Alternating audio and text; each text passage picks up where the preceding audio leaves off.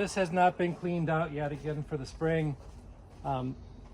This gives me a lot more space. I think I bought these hoops used in 2014 or 15 for $2,000. Took it down somewhere, put it up here, built the ends.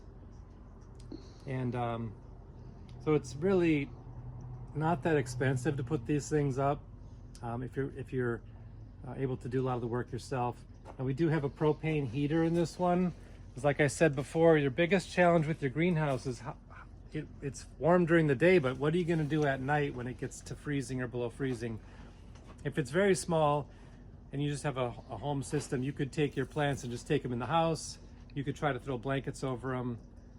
You could put a space heater in, but at this point, with this much product, I got to have propane as an option.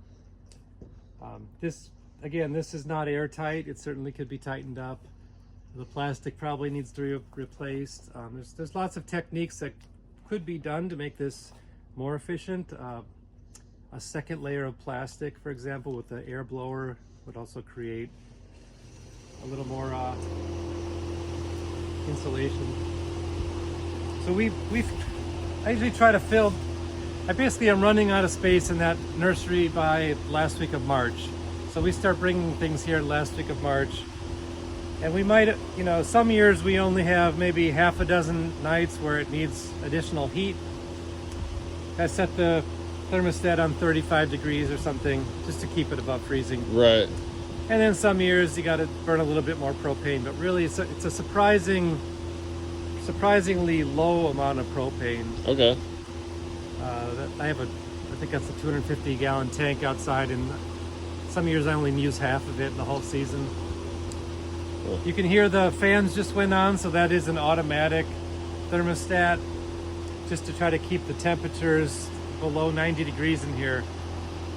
So greenhouses will heat up very quickly, and you can definitely fry the plants in a short amount of time if you don't have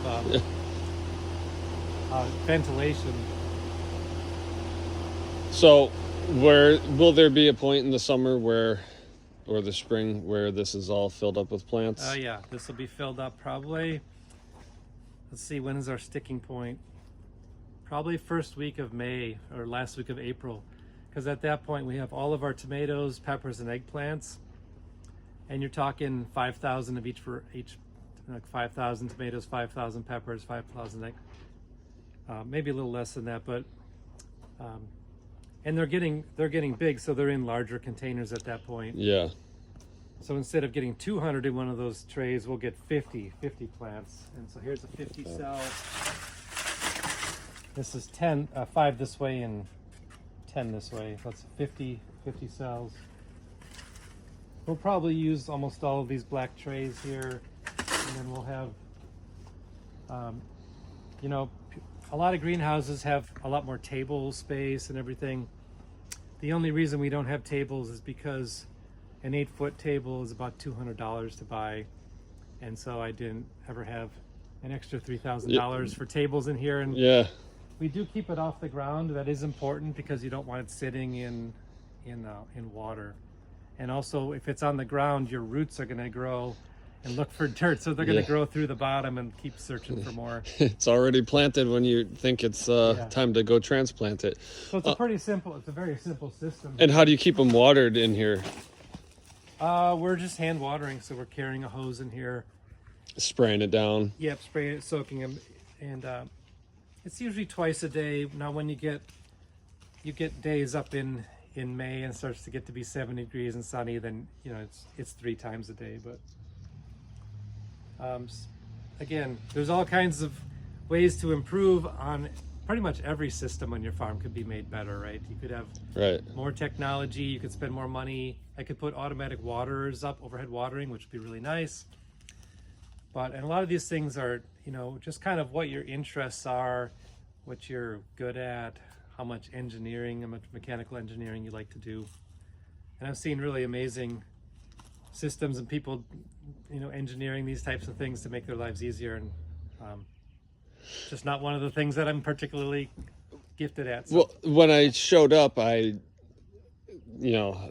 were talking in your farm store, and I said, I see you're laying a good foundation and framework for your kids, the future generations, right? You've done a lot just in the basically 6 years that we've known each other.